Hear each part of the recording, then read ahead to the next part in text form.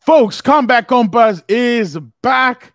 You guys know it's been a little bit of an adjustment, training camp, everything going on. Obviously, we delivered with the UFC fight a couple of weeks ago. Now we're focused in Gilbert's wheelhouse. I know Gilbert is a well-tooled. He's like a Swiss Army knife. He knows it all, but this is in his wheelhouse. Boxing, Earl Spence, Terrence Crawford happening this weekend. Gilbert, I think you're like a kid at Christmas. You can't wait to open up your gifts. You thought this might not happen. It is happening.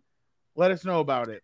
Yeah, Fernando, it's been such a busy week for us on the NFL side that I said, you know what, Fernando, I know you're out, getting killed by the sun and wearing cool shirts like that, but we have to make time for this boxing showdown.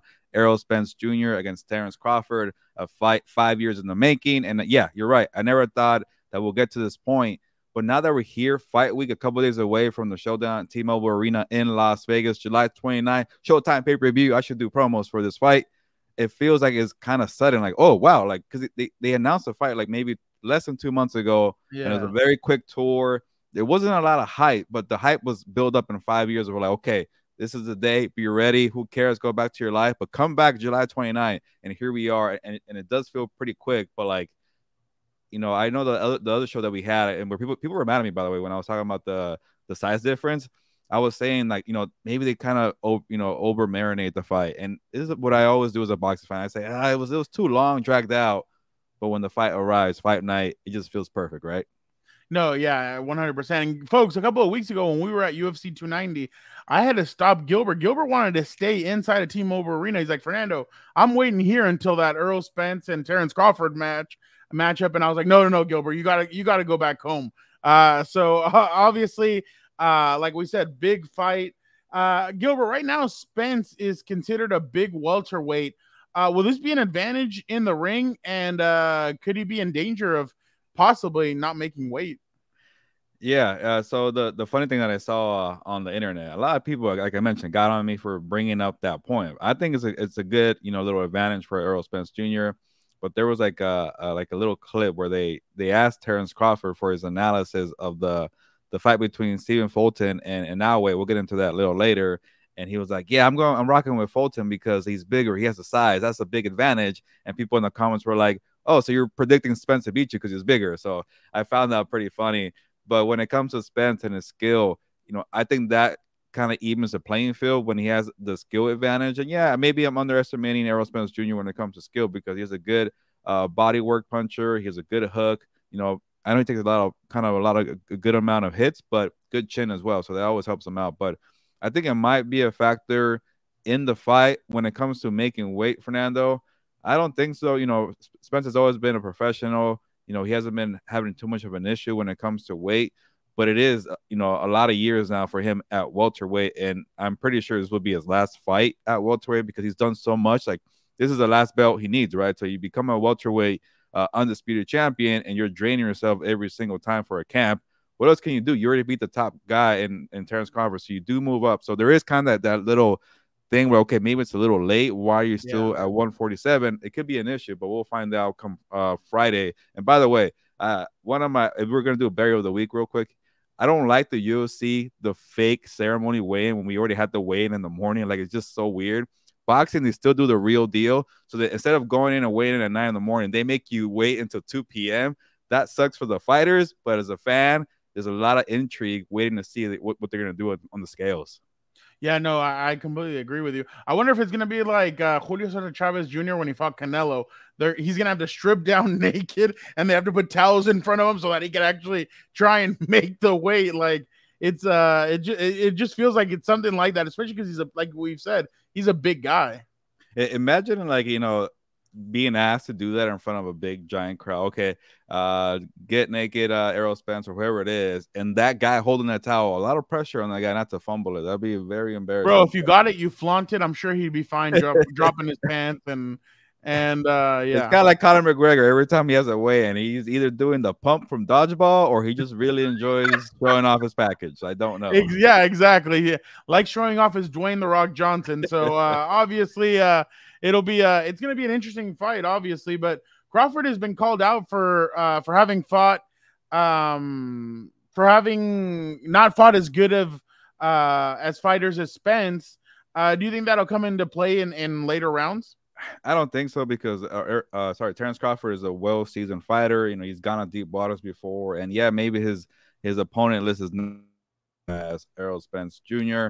But you know, when he's been in the game for so many, so long, and then he's had knockouts, he's had 12-round fights, and I know he's been on a knockout streak actually. So people really underestimate Terrence Crawford's power, but he's just so skillful that he just dominates you for so many rounds that he breaks you down. He just takes your soul, breaks your will, and then okay, you're knocked out by the 9th round. So he has a lot of power, but I think that resume doesn't matter. Say it was like a younger fighter where like, a guy who hasn't been tested too much and maybe he's like in his early 20s. No, this guy's already by mid 30, whatever, 32, 33. Two of the best, well tested, and that's why it's a pretty close 50-50 fight. Maybe Vic could help us out here, but I have not seen the latest odds here, but it feels like it's 50-50. Yeah. When we talk about obviously, I think the hardest part to sell a fight, I mean, Floyd Mayweather, Conor McGregor, Floyd Mayweather, Manny Pacquiao, you can sell those fights and the casual fan will watch. Why? Because they're like, oh, shoot, they're hyping this up. It's getting exciting. Obviously, there's trash talk between fans trash talk between the fighters. So those guys know how to sell a fight. Do you think Crawford and Spence have done enough to sell this fight? I was thinking for their tour, they stopped in New York, they stopped in LA. Victor was out there for that one. And I've seen some of their interviews. Like, Spence is terrible. I'm going to just be, flat out straight there. Like, when he has interviews, he's not the best. He kind of has that Southern, as a draw, the little slow, talk there. And he's like, yeah, I'm here. It's a big fight. Let's do it. I'm going to show that I'm the best. He's actually at first you kind of sounded like Urkel. Well, I don't know, but that was my impression there. But he's pretty good on social media. He's always talking about like he's gonna like be the big fish and the shark and take the belt from Crawford. I did see a cool video from Crawford, telling Spence to his face at one of the little face-offs they had, like, that belt right there, that nice little belt, I'm gonna take that from you. So that was pretty cool. I don't think they're friends, but they respect each other. There is some trash talking there. And by the way, shout out to our guy Manuk, who helps out with the LA Times or boxing scene sometimes. He had Crawford in an interview, and poor Manuk, he started off the interview by saying, this is the fight of your life. And Crawford's like, what you mean the fight of my life? Like, this is nothing to me. And I like that side of Crawford. He's a little more outgoing, and you better come to Crawford because he'll come at you if you're not prepared. And I've dealt with him before. Long story short, one time I had a one-on-one interview at Crawford's hotel at the MGM. He's a little intimidating. Like he keeps you on your toes. Like, okay, make sure you know what you're talking about. But overall, he was pretty good. But there wasn't. And how sweet. It was. I'll just say this: it was a massive hotel room, and it did not feel like a hotel room. It was nothing I've stayed at before. There were stairs there, double decker, and MGM Grand hooked them up pretty nice. I bet you thought Bradley Cooper and it felt like that kind of room. Yeah, exactly. Like those guys are gonna just pop out of nowhere. I was actually in a nice little couch area waiting for him to come down.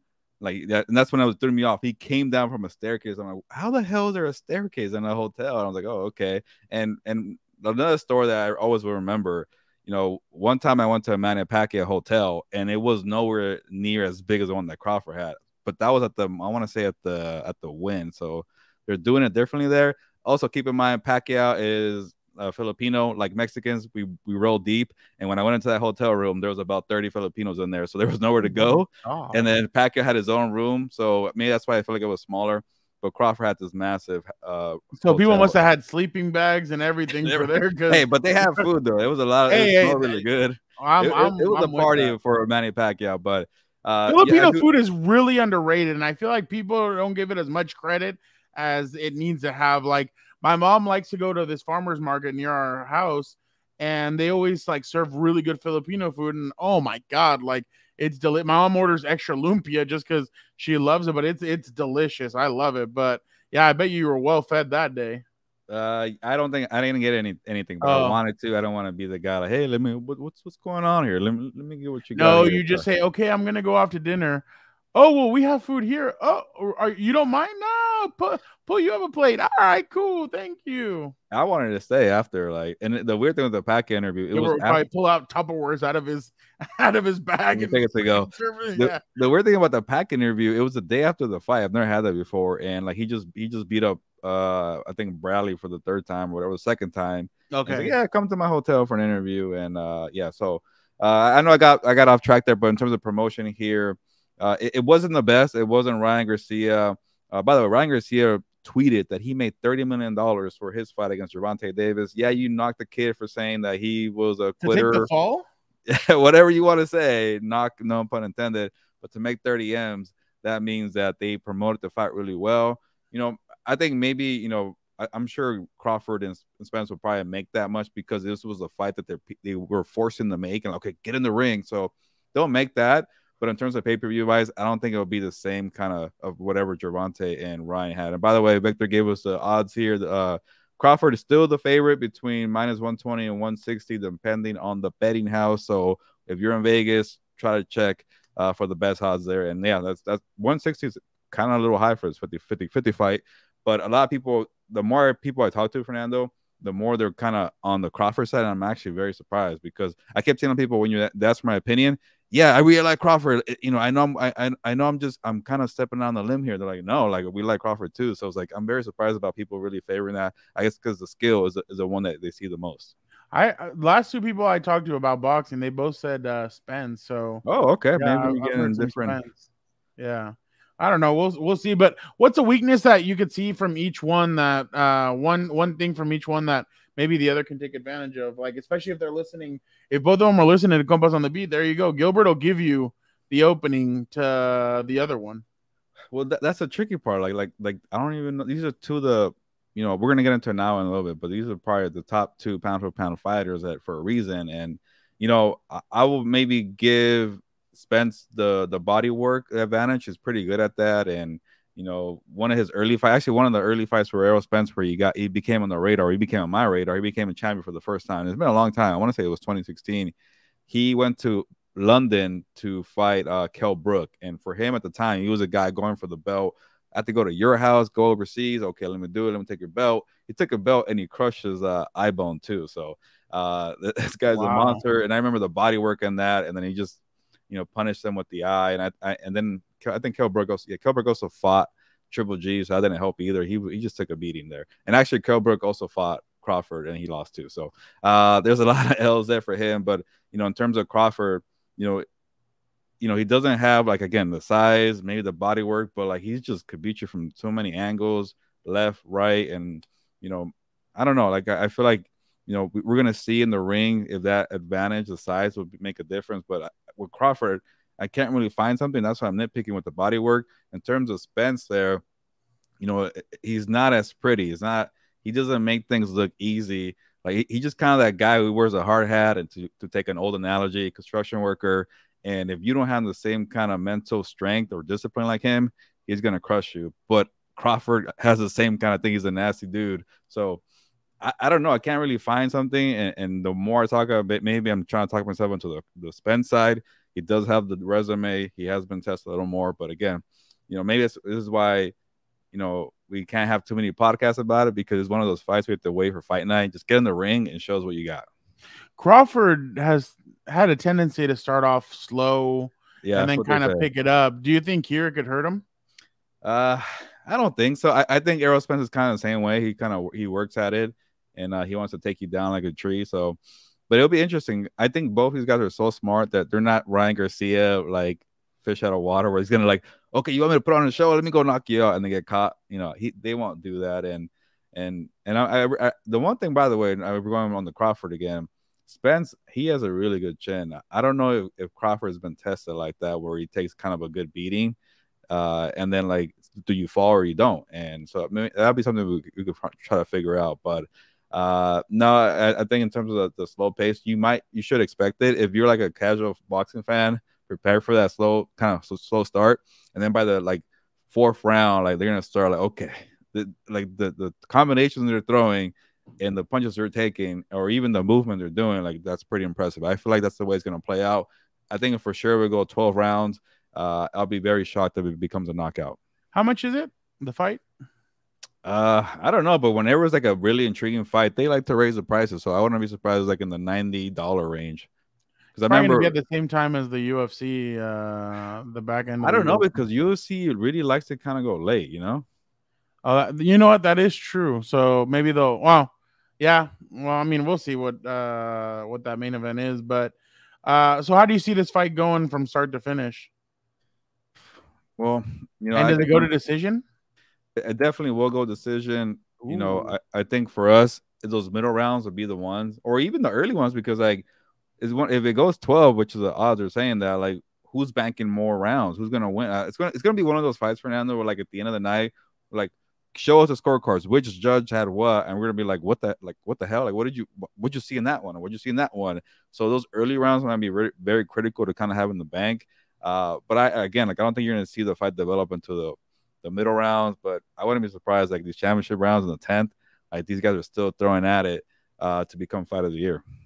Uh, uh, See that, and that's kind of what I think this potentially could be a fight of the year candidate, especially because I feel like some people are still kind of mad about the Tank and the Gervonta Davis and Ryan Garcia fight. I think this has the potential of being a really good fight. But do you think like who would this fight be more hype for if do you feel like it would have more hype around it if both guys were like more chatty, more into each other's faces? And Well, let me ask you this, like, because I don't know if I watch enough TV or consume enough media to know if a fight is really well talked about. Have you noticed a lot of promotion for it? Like maybe because I have enough boxing in my feed that I can see it every yeah, now and then. on social But media, like I feel like it has been out there, but like for me, like if you would have told me an hour or like, oh, the other day when we were texting, oh, hey, let's do this preview. Before that, I completely had forgotten that it was like this upcoming weekend. But I mean, now that I know it's here, I'm like, oh, Saturday, like as soon as I get back from training camp, my story's gonna go in quick, and I want to yeah, watch both UFC and I'm actually gonna put the second TV in my room, so Dan Dago and Little Daniel and I can watch both the UFC and the boxing, because I mean, I found that both of them are like, and this is the thing, I feel like people are kind of, especially like stupid people, like I feel like they think, oh, it's violent, it's this, it's that, but like boxing is a game, it's a game of strategy. Like what can you see, and I feel like some of the fights are won in the ring, like who could, like it's like a game of football, like who can make the certain adjustments, who can make the necessary adjustments to be able to come out the winner. Like you hear the managers kind of tell them, or the trainers, hey, start doing this, start doing that, or like even the boxer sees it. Like I feel like that's kind of the game changer, and I feel like that's what kind of changed it. And then when we go to UFC, I mean, it's also a complete, like there it's like, holy crap, like I feel like there it's won before you even get there. I feel like if you study, you see, you this, you that, and you know your opponent, then that's going to be your advantage. So I feel like boxing is more while you're in there and you're kind of feeding and seeing what's going on. And I feel like UFC's won before you even come in because of everything that you've studied, you've seen, and you're going. I mean, I hope I'm not wrong, but I feel like that's the way I kind of see it. well, now that you kind of bring that point out, you reminded me of maybe another strength for Crawford, and I know I was giving Spence the edge in body work and opponent list, size, and chin, and I'm like, okay, I'm over here trying to talk about Crawford, but when it comes to the mental kind of games where like as like Tom Brady or whatever, quarterbacks paying a Yeah, man, yeah, like yeah. they do that work. I think Crawford has the advantage to doing the homework and picking out your weaknesses. So I think that will come into play. And like I called Crawford maybe in the other show, the Triple H nickname, the Cerebral Assassin. Ooh. That is Crawford, because he will do his homework, and if he finds a weakness, and it's hard to find a weakness in Spence, he will pick it apart and expose it. And I think that gives him an advantage too. Gilbert, your right hand is Crawford, your left hand is Spence. You are the judge, or you are the referee. Whose hand are you raising after this fight? Oh, it's prediction time. Yes, it is. All right. Wait, tell me again who's right, who's left. Right. Right is Crawford, left is Okay. Spence. Okay.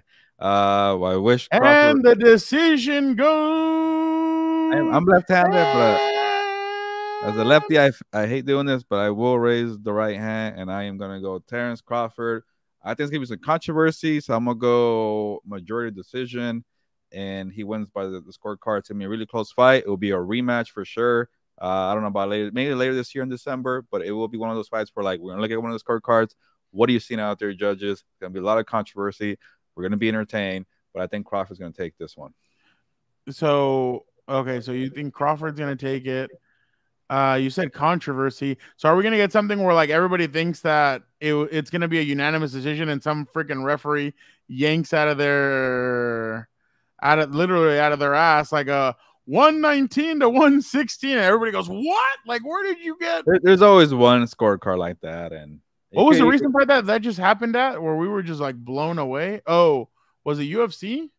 I don't know. I forget, but there's a lot of them, especially in Las Vegas, and it might even be a split decision where like one judge gives it to one, and then the other one has kind of like the say there, or it could be a draw. Like this might be one of the fights like Fernando, like the first Canelo Triple G fight.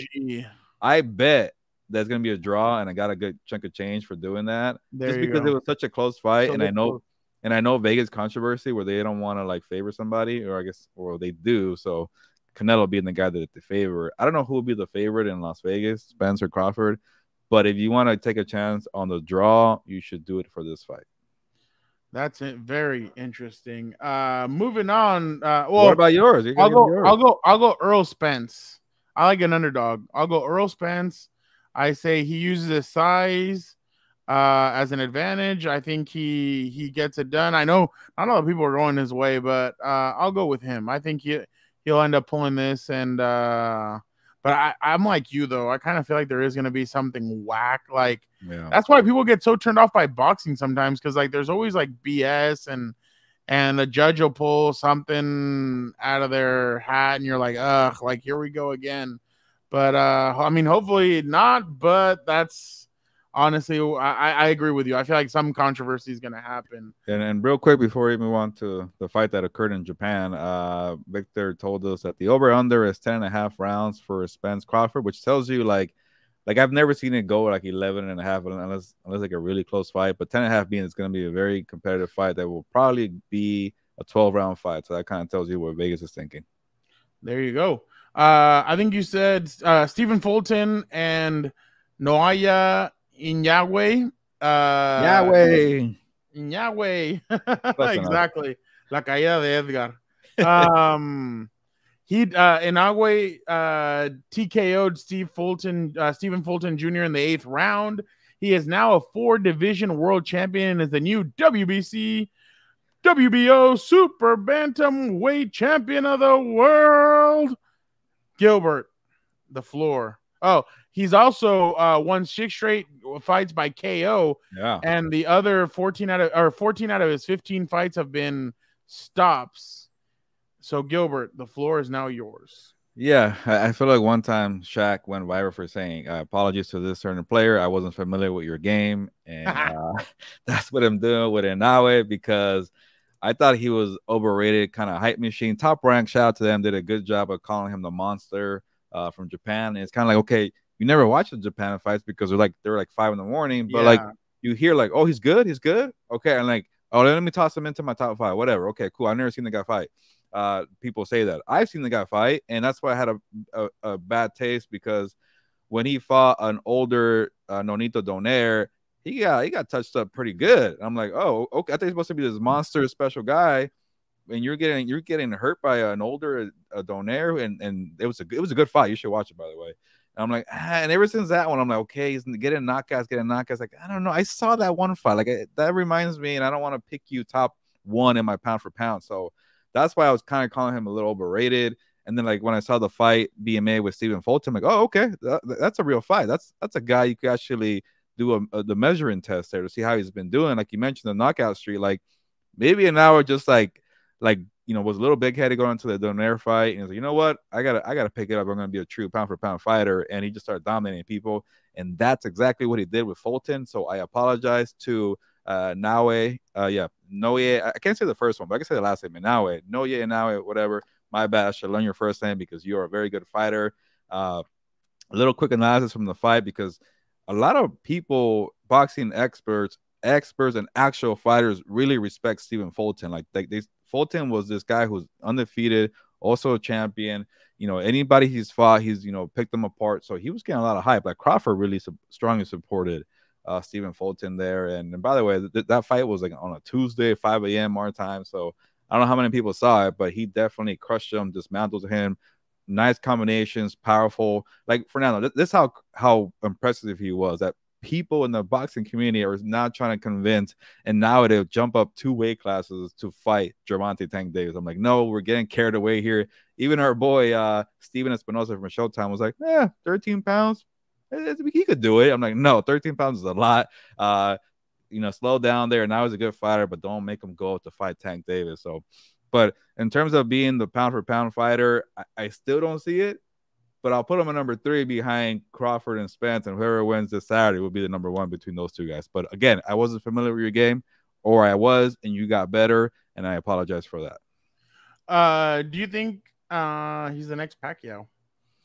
I don't know. Like it's also really hard to promote a guy who's that small. Like Pacquiao, you can say what you want how he moved up and down. Yeah, but that's the thing. I was gonna say, like, he went up, he started really small and he went up in a good, like when he became 147, we're like, okay, you're big enough to now we care and you're in a big fight. But people have question marks about how he did that, moving up in weight like that. But I won't go there. He never got caught there. But when he became a bigger fighter and in terms of weight, like Pacquiao became a superstar. I don't know if now it could do that again. Like if he goes fight Tank Davis and he makes damage there, like, okay, you're a superstar level. You also got to learn to speak English. I know Americans were selfish here. We want that. Pacquiao learned. So things like that in terms of superstar kind of level, it is a lot of factors to it. But it was like a couple of years ago, after Mayweather retired, we all just assumed Chocolatito, Roman Gonzalez is going to be the pound for pound fighter because, we hear it was word of mouth. But did you ever watch a Gonzalez fight, a Roman Gonzalez fight? Did you ever, I got to actually cover a good amount of his fights because he was a guy on the undercard of the Triple G fights because they wanted to give him more exposure. Like he's pound for pound, but nobody wants to watch his fight main event. So what they did was like, okay, put him in undercards with Triple G. People will watch, and then you're like, okay, he's really good. So you could do something like that for an hour. But an hour likes to hang around in Japan a lot. Again, we're beating selfish Americans. If he comes over and kind of piggyback spotlight of one of the good fighters, there could be an opportunity there for him. He needs to hang out with Shohei Ohtani. Maybe that'll get him more hype and more fans. Yeah, he is definitely a superstar, so he's doing it right. There you go. Well, now you got everything, guys. You got boxing. You got it all from a boxing expert. You heard he used to hang out and at the MGM Grand in the penthouse suite with Terrence Crawford. So definitely, Gilbert, we appreciate you always bringing your boxing expertise to us. And guys, don't forget, this weekend, huge fight between Errol Spence and Terrence Crawford. I think a lot of casual people should check, casual fans should check this out. I think it's going to be a good fight. Hell, if you're checking out the messes that Canelo's making, like, you should check this out. Like, this is going to be an interesting fight to say the least. But yeah, and don't forget to check out everything else on Compas on the Beat Network, compasonthebeatmerch.com, compasonthebeat.com. Don't forget to check out Compas on the Beat, our weekly show. This week, Gilbert and I get into everything going around in the NFL. Is Bill Belichick on the hot seat? Gilbert and I discussed that and many more. Hey, this week, though, Gilbert and I both combined Compas on the NFL, Bubba Beat, and Rapid Fire, and we created AFC and NFC questions that each team needs to answer before training camp is over to have successful seasons. Gilbert and I got into that. Don't forget to check out What's Up Bolts. Dan and Dago and I were both at training camp day one. We go over what happened, and obviously Justin Herbert, the Chargers pulling up the Brinks truck for Justin Herbert. And don't forget to check out House of Horns. Gilbert and Vic, the producer, got you guys covered on all things Rams. And obviously, don't forget to check out Combat Compas next week when we have your full preview for WWE SummerSlam. A lot of good stuff happening on Compas on the Beat Network. Don't forget to like, comment, subscribe. Let your compas know what your compas here are doing. But we appreciate you guys so much. Gilbert, it's time to enjoy work the rest of the week and then enjoy this big fight. Yeah, and Fernando, shout out for the promos, but definitely also comment. Give me your prediction of this fight here. I want to hear it, and definitely like, subscribe, do all that. Spread the word, like we all spread the word about Crawford and Spence fight on this Saturday. And yeah, you might disagree with my analysis. Well, that's what I was gonna say. I don't need to tell people to comment. Go ahead. Comment. Pick me apart because this week I'm used to it, or because Mexico soccer fans came at me. So I get it from all different sports angles, countries, whatever it is. I am good at that. But Fernando, I'm ready to go.